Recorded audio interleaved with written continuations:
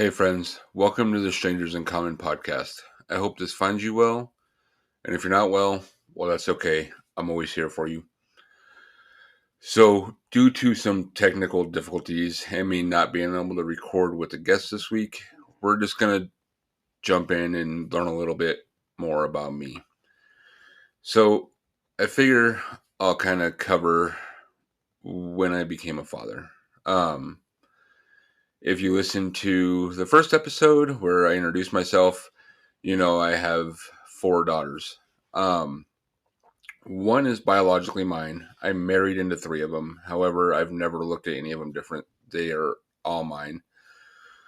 Today, we're going to be talking about my biological daughter, though. So, when I first became a father, um, I was in my early 20s, and it was it was a time I was not in a good place. I was obviously drinking a lot, didn't really care too much about life. Like, I could really live or die at that point, to be perfectly honest with you. I didn't really have any ambition or anything. So it was kind of drifting along. Um, I met my daughter's biological birth giver, or whatever you want to call her. I don't consider her a mom because her mom is my wife that's raised her for the past 15 years. So I met her biological mom through mutual friends. An acquaintance brought her around that was dating her, and we actually ended up going to a bar and having drinks and, you know, going home. Um, it wasn't a relationship, not even at first. It was kind of a one-off thing, and she found out she was pregnant. So we were kind of talking and hanging out before she found out. Um, and then she found out she was pregnant, and a whole batch of different emotions ran through me. You know, everything from excitement to fear to, you know, joy, everything. Like, I didn't really know how to describe it. Um, it was scary, when I found out. And she had two children previously. So it was kind of a lot for her too. Um, so shortly after the test came back positive, we were talking and discussing, how what we're gonna do with the pregnancy, because she wasn't ready to take on another kid. I have never had kids, so I really didn't even have my life together. I didn't know what to do. So we talked about adoption, or aborting the pregnancy, which obviously neither happened, but it was a road to get there. I'll be honest, they, those were possibilities because I was scared. When you've never had a kid, that's terrifying. Like, you don't know how you're going to manage it. How are you going to afford a kid? How are you going to figure out school? How are you going to do this? How are you going to do that? So yeah, those feelings came up at first, and I can tell you, man, anyone that has made those decisions, either one, I can tell you from what I went through, those decisions aren't made lightly. So if someone's doing that, they put a lot of thought and time into those decisions, and they made it for a rational reason. Um, and if you've made those decisions at all, that's perfectly okay, because I mean, You know yourself better than anyone else. If you're not ready to take care of a kid, if you don't feel you can and you have to make those decisions, then absolutely don't let anybody say anything different. So I went to her and told her, hey, I don't want to do either of those. I want this baby, whether it's with her or by myself. Like I wanted this child. She was not super happy about that, obviously, because that's not what she wanted. Um, she we grew distant during the pregnancy. I wasn't there for honestly hardly any of it because she didn't allow me to be. Didn't tell me, when doctor's appointments were, nothing like that. And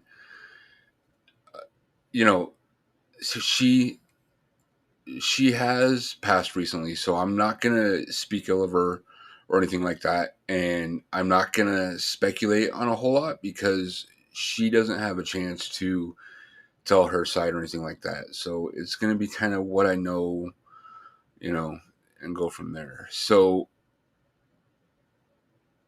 as the pregnancy progressed, we fought a lot during it, trying to get information, things like that. Um, she threatened, maybe I'll just go drink or do a bunch of drugs and end this myself. I don't think those were ever serious threats. I think that was more of trying to get a reaction from me, maybe, or maybe just agree to give the baby up. I don't know, obviously, but it was stuff that was said while she was pregnant. Um, During the pregnancy, I was contacted by a lawyer. So she had reached out to a family that wanted to adopt my daughter. They had a lawyer and everything. They drafted up papers. Um, this lawyer reached out to me, sent me paperwork. I repeatedly told him I wasn't signing papers over and over again. Like, it wasn't, they didn't take it as a no. They took it as, well, we'll give you a little more time to think on it. Well, just look it over. Like, and again, I don't know where she met the family. I don't know if there was transactions involved or anything like that. I just know they wanted me to sign over my rights, basically. And I refused. So that went on for months. Um, and, we get to when my daughter's being born. So I'm not notified that she went into labor or anything. I find out that my daughter was born and she's in the hospital. So she gave birth the night before. Um, I go up to the hospital to try to see her, and this is 8 o'clock in the morning. Um, they call security on me. I believe she did, or maybe her family. I'm not 100% sure, but they called security saying I was drunk and belligerent, trying to cause a scene. I was not at that time, and I was escorted out of the hospital. Didn't even get to see her. Um, didn't have no contact with her, nothing. So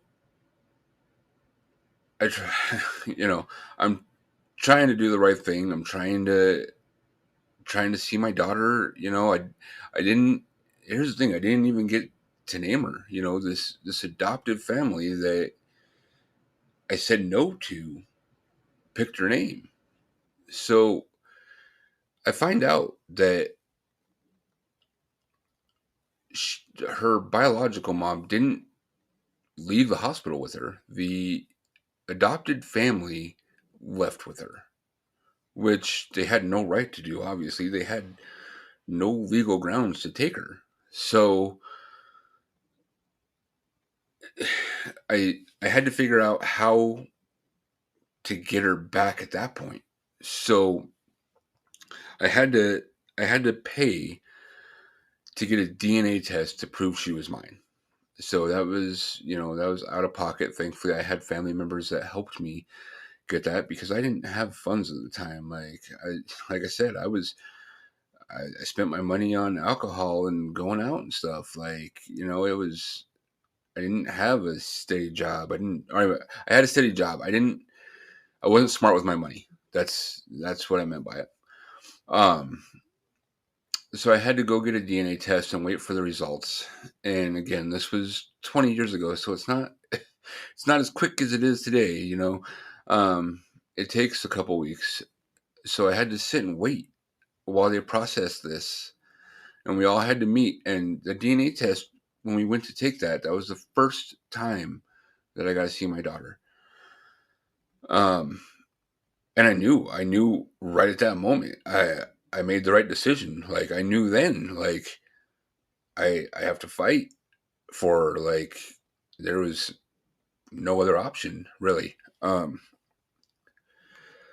So I didn't like I didn't get to hold her or nothing like that. Like I basically just got to see her.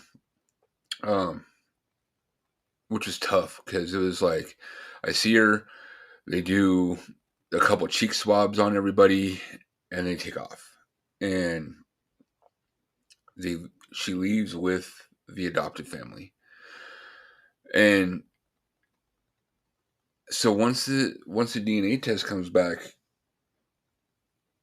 it's basically like, hey, she's mine, so you can't keep her. And at that point, I know there was probably a lot of anger towards me from her biological mom, but she took her back and didn't let me see her. It was almost it like trying to hurt me, I guess, maybe. I don't even know if that's what it was, to be honest. Um Again, we were young. There wasn't much communication there. Like we didn't know how to communicate. It was terrible, to be honest. So I go I start going through trying to get custody of her, any kind of custody, just so I can see her. Like, even if it was weekends, whatever. I had to go file paperwork, and again, there's not, there's not, or was not a whole lot of resources on how to do this stuff. Like, it wasn't like I could reach out to somebody and say, hey, what's my next step in this, or where do I go, what do I fill out? I didn't have any of that. I had to figure that out as I went. Basically, it was it was a nightmare. So I had to go to the courts. I had to file paperwork. I had to submit paperwork. We had to set up court dates, and during this time, me and her started talking. We started trying to work things out and have a relationship somewhat. It was chaotic, to be honest with you. Um, when we started talking and working things out, I had to submit a name change for my daughter because she had the last name of her birth mom, which was her ex-husband's name. So she agreed that we could do the name change and give her my last name, which was considerate of her. Um, During the time we were working stuff out, we were still going through court, stuff like that. Um, and it was a couple months process, to be honest. To even start that, and during that time, the first couple months, um, she she used it, I guess, more to watch the kids, her other kids plus my daughter, while she went out and drank and stuff and partied. Um, again, like I said, it wasn't it wasn't a good relationship. Like there was a lot of infidelity, there was a lot of arguing and fighting. Um, and it was just very toxic. It wasn't good for us. It wasn't good for the kids to be around. Like it was terrible. Um, as that went on, it hit about 6 months. My daughter was about 6 months old, and she kind of my ex kind of gave up. She didn't want to see her no more. She basically said, "Here you go," and left her with me. We talked a little, but she didn't really have much to do with her. So now I have my daughter full time. I'm still dealing with the courts, and on top of that, I'm working. I'm trying to go to school, and I'm still getting hit with child support, which baffled me. Like, and I call the court system and I tell them like, hey, I have my daughter full time. Like, why are you guys taking money out of my checks for my daughter when I have her? And at that time, I got told, well, we don't have any paperwork showing that, so it's going to continue until there's a court order. So, so now I'm paying child support to my daughter's biological mom when she's not taking care of her, and trying to take care of my daughter on top of it, and trying to get some assistance in all this. And again, it was rough. Like single parents out there, I don't I don't know how some people do it with work and school. I mean, I had family and friends, thankfully, that helped me out quite a bit, but the ones that don't, man, it's like they have a ton of respect for me on that.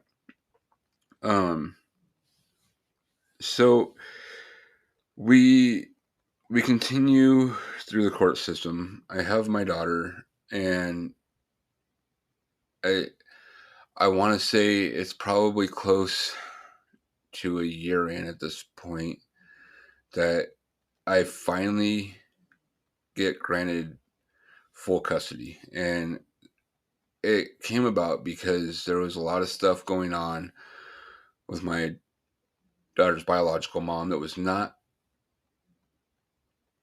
a good environment for my daughter to be in. I don't have all the details of that, and that's why I said I'm not gonna disparage or anything like that because I don't know her side of the story.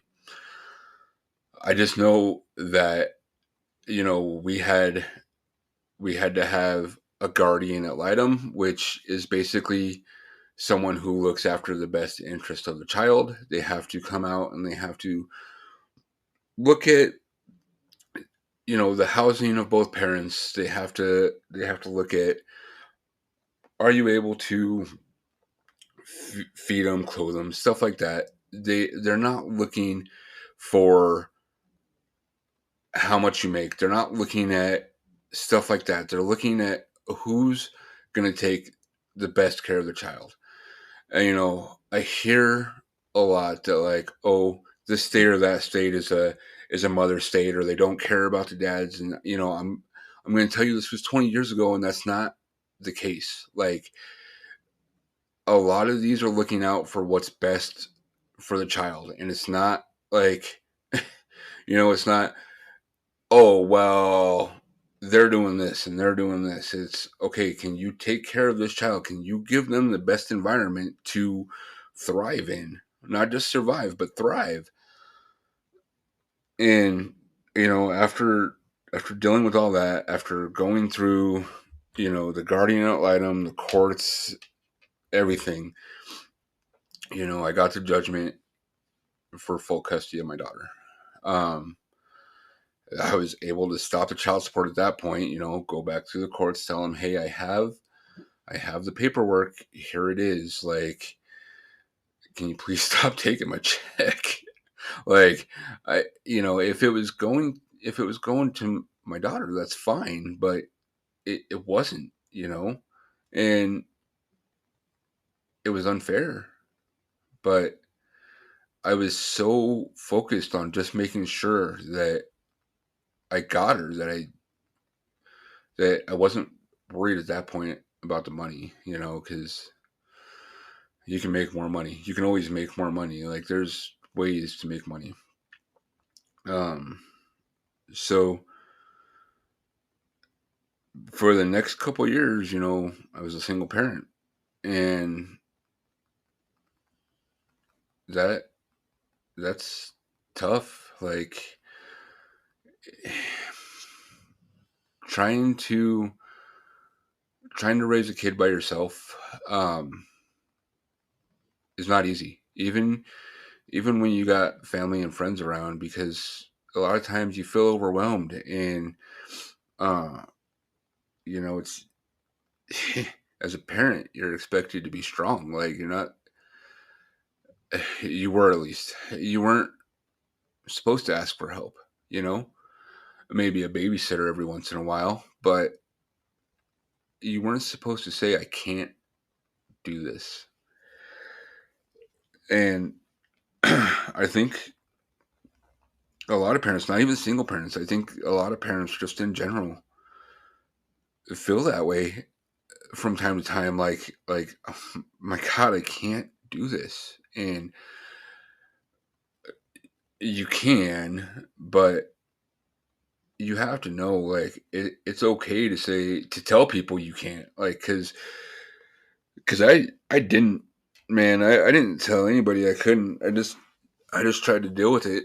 And to be honest, like, there was times, like, uh, I lay on the couch, and I knew my daughter needed stuff to be taken care of. Like, she's a kid; she can't take care of stuff on her own. But I was just so overwhelmed and so depressed that I couldn't even get off the couch.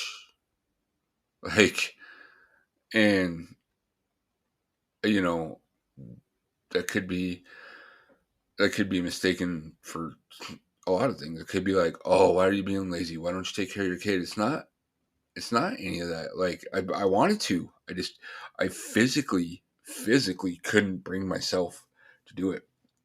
Um, and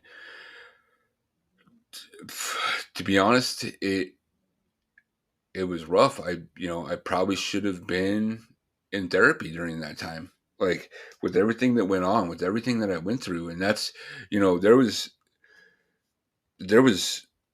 other parts of that happened. Like, at at one point, my daughter was, during that whole process, she was in social services because of an accusation that happened in her biological mom's family. It had nothing to do with my daughter or even my daughter's biological mom, but with her family members. They took the kids out of that house and put them in social services.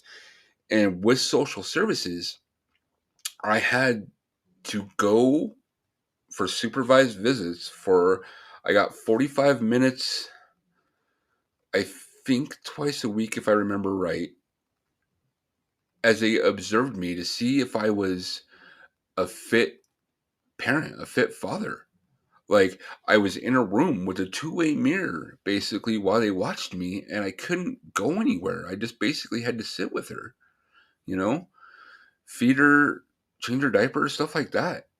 Until, and that went on for a couple months as well. Like, you know, to know that, hey, I'm doing everything I can, but you guys still don't believe me. You have to watch me while I do this. Like, that's rough. Um, there was another time that, so my daughter had the habit of, anytime she would get upset, she would cry till she passed out. She would hold her breath, basically. She would get so overwhelmed. So there was one time when she was little that she was playing, and she was getting picked up, and she fell on her butt, and it startled her, and she cried and passed out. I was not there at the time, but they called the ambulance because excuse me, if you if you see a kid pass out, you're gonna freak out. I mean, it's not natural, obviously. So they called the ambulance. She was fine. Obviously, she caught her breath after she passed out. Um, but because she fell, and they say she was dropped, even though she wasn't, there was no injuries. Um, they took her out of my house. They placed her. Um, Thankfully, with one of my friends, was able to take her for a little bit, but we had to go through and make sure, because we didn't have the house baby proof. We had to go through and baby proof the house and make sure the cords were covered and the plugs were covered, and there wasn't stuff on the floor and all this stuff. And we had to do that, and they had to come back out and go through the house and look. And then on top of that, I had to go to parenting classes as well.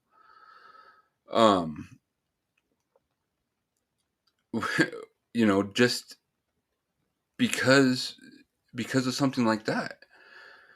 And so going through all this stuff with a new kid, and not really knowing how to process any of it, like not knowing who you could talk to, not knowing anything really, like it was overwhelming.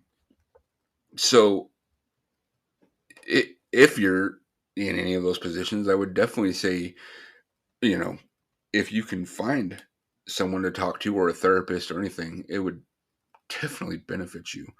Because, like I said, as a parent, man, I don't think, you feel like you're allowed to do that. And that's a gross misconception in our society. Like, it's you're a mom or you're a dad. You can't be weak. You have to suck it up and be there for your kid. But how do you do that when you don't really know how to take care of yourself? So I dealt with that for, for close to 5 years, because that's when I met my wife. There was times in between that I had met someone and tried to work on a relationship. However, bringing a child into a relationship is not easy either. If they don't have kids, they may not be ready for kids, and that's going to create a lot of tension. If they do have kids, they may not, the other person may not take well to yours, because that happened as well. Um, so it's it's like a double-edged sword. You want to find someone to help you, but you have to find the right person, otherwise it almost makes it worse. Um, and so that was when I first became a father. And then when I met my wife, she had 3 girls. And that was the second, third, and fourth time I became a father. All at once, but still, they count as 4. And that was an adventure, coming in to kids' lives, and their ages ranged. So, they were from 11 down to 2. And, it was, oh, hey, this guy's cool. Wait, why is he sticking around? Hold on, you're not my dad. I have a dad, that kind of stuff. So it was learning to navigate that. it was it was being very patient, not trying to force myself into a situation. I've told him for 15 years, like, you can call me whatever you want. You can you can call me Dad, you can call me Neil. They came up with the nickname Snail, um, for stepdad and Neil. It was it was a journey, and I I wouldn't change a second of it, but it was rough trying to not only build that connection with my wife, but learn and build a connection with three other human beings that I wasn't around, so we have to get to know each other. Like, it's not like I was there from birth, because obviously that connection's there. So it took time to build those. Like, they were the oldest was not very trusting of me, and that's perfectly okay. Like, there was, there was other instances where people came around where they didn't stay, or whatever it may be. So it was completely understandable to to have those kind of, like, trust issues, where it was like, yeah, I'm not getting close to you right now. Like, you know, but trying to build on that when they're kind of arm distance away is not easy. It takes persistence. You know, my middle child, like, she's she's very headstrong. There was a lot of butting heads, because it was that thing. Well, you're not my dad, so why are you telling me this? Like, I don't need to listen to you, kind of stuff. Um, we eventually figured out how to communicate, and we do that now. But we butted heads for a long time. My youngest, it was I've been there since she was 2, but it's still where I wasn't there from the beginning, but you know, she's more open to me being there than they're all open to me being there. Let's not put it that way, but she didn't have as much mistrust as the others did, I guess, is the best way to put it. But you know, over over 15 years, I mean, even 20, when I first became a father, these kids have taught me a ton. Like,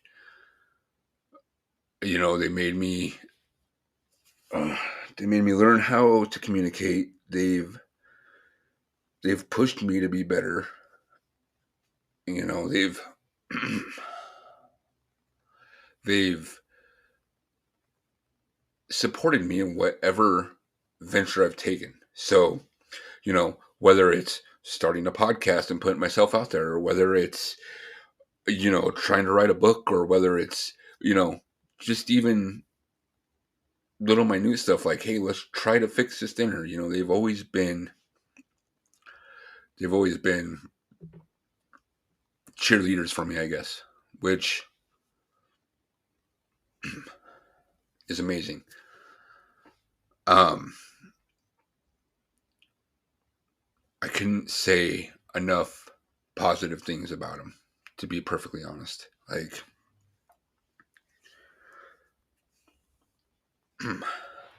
they're four completely different personalities that bring out the absolute best in me. And they, I said it in my first episode, but they can drive me absolutely crazy. They seriously can. Like, they know exactly what buttons to push, and they'll push them over and over, and it's It's fine. Like, because it's never with animosity. Um, so if anyone out there is listening that is dealing with kids, or if you're a single parent, or even if your parents, whatever it may be, like, the best advice that I could probably give is be patient with the kids, learn to communicate with them, and just honestly don't give up on them. Like, whatever whatever you got to do, you know push for it, whether it's trying to get custody of them, whether it's trying to get them to graduate school, whether it's trying to get them to eat a meal. Like, just don't give up on them, because that I think is the biggest thing. That's what they need, is somebody that's going to fight for them. So, whew, sorry if I sound a little emotional. My kids make me emotional. That happens. um, if you made it through this entire rambling, I appreciate it. I am working on getting the technical issues fixed, and should have a guest next week and going forward. If for some reason I can't, I'll come back on and share another story with you. Um, but I'm hoping these are kind of the rare instances where I get to talk for 40 minutes about myself, because it's not the easiest thing to do. Remember, you can find me on the socials, Stico Podcast, STICO Podcast, Facebook, Instagram, Twitter. You can send me an email, stickopodcast@gmail.com. Give me some feedback. Let me know what you think, what works, what doesn't. Again, if you want to be a guest, let me know. If you know somebody that wants to be a guest, send me a message. The direct messages are open, the email is open, whatever it may be. And again, I just want to thank everybody that's listened, that's been along on the ride with me. It's really meant a ton. This has really been something I've been passionate about for a little while now. So I'm trying to put my heart and soul into it. So again, just thank you so much. So hopefully, it resonated with someone. Hopefully we all have a little more in common now. And until next time, be safe. Don't be a stranger.